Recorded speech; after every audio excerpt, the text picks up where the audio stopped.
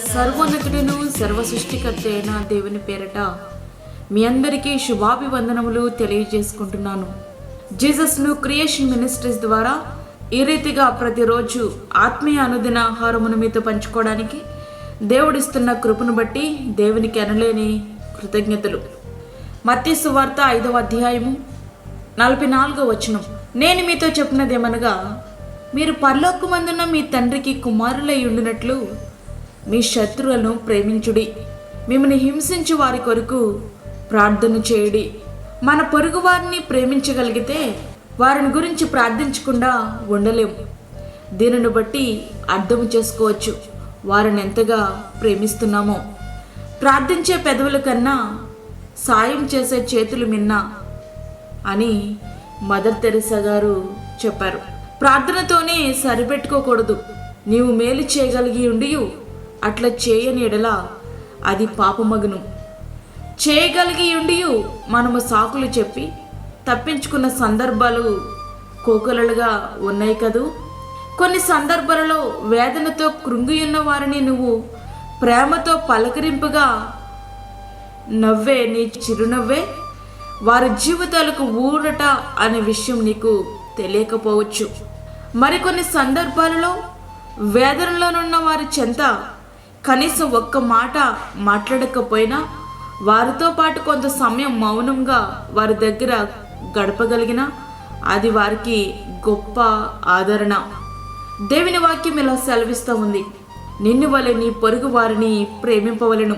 మత్తయి సువార్త 19వ అధ్యాయము 18వ వచనం.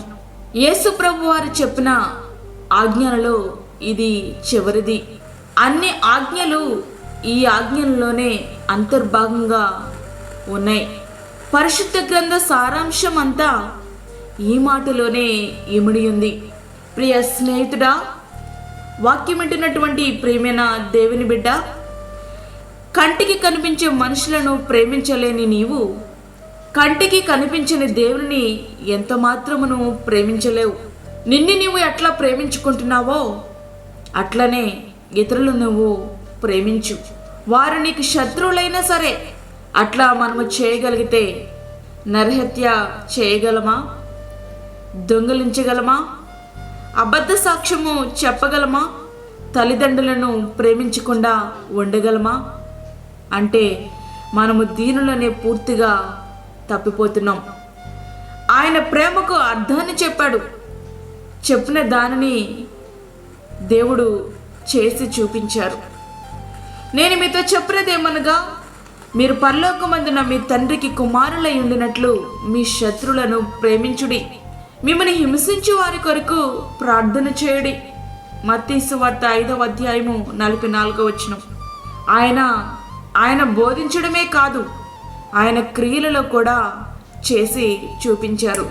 మనము శత్రువులుగా మారి సిలువలో ఆయనను హింసించుచున్నప్పుడు మనలను ప్రేమించి మన నిమిత్తమైన ప్రార్థించారు. మనమైతే పరలోకమందున్న తండ్రికి కుమారులుగా కుమార్తెలుగా ఉండడానికి ఇష్టపడతాం, కానీ శత్రులను ప్రేమించలేము. మనలను హింసించే వారి కొరకు ప్రార్థించలేము. దానికి గాను పగ ప్రతీకారాలు తీర్చుకోవడానికి ప్రయత్నం చేస్తూ ఉంటాం. ప్రియ దేవుని బిడ్డ, వద్దు. ఆయన పిల్లలుగా మనము జీవించాలి అంటే యేసు చూపించినటువంటి బాటలో మనము ప్రయాణించాలి. ఆయన పిల్లలుగా ఆయనలా జీవించడానికి మనము ప్రయత్నం చేయాలి. అట్టి రీతిగా తీర్మానముతో ముందుకు ప్రవేశిద్దాం. ఆ రీతిగా మన జీవితాలు సిద్ధపరచుకుందాం.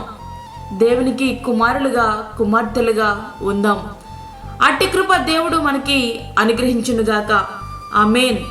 వాక్యం విన్నటువంటి ప్రియమైన దేవుని బిడ్డలారా, ప్రార్థనలో ఏకీభవించండి. పరిశుద్ధమైన తండ్రి, ప్రేమగల యేసు ప్రభువా, శ్రేష్టమైన మరి ఒక దినాన్ని మా జీవితంలో మీరు అనుగ్రహించారు. నీకు వందనాలు. ఈ దినమంతటికి కావలసిన నీ కృపను మాకు దయచేయండి. దీని అవసరతలు మీరు తీర్చండి ప్రభువా. ప్రతి విధమైన శోధన, కీడు, ప్రమాదం నుంచి మమ్మల్ని తప్పించండి. రాజ్యానికి స్తోత్రాలు చెల్లించుకొంచున్నాను. బలహీనలను బలపరచండి.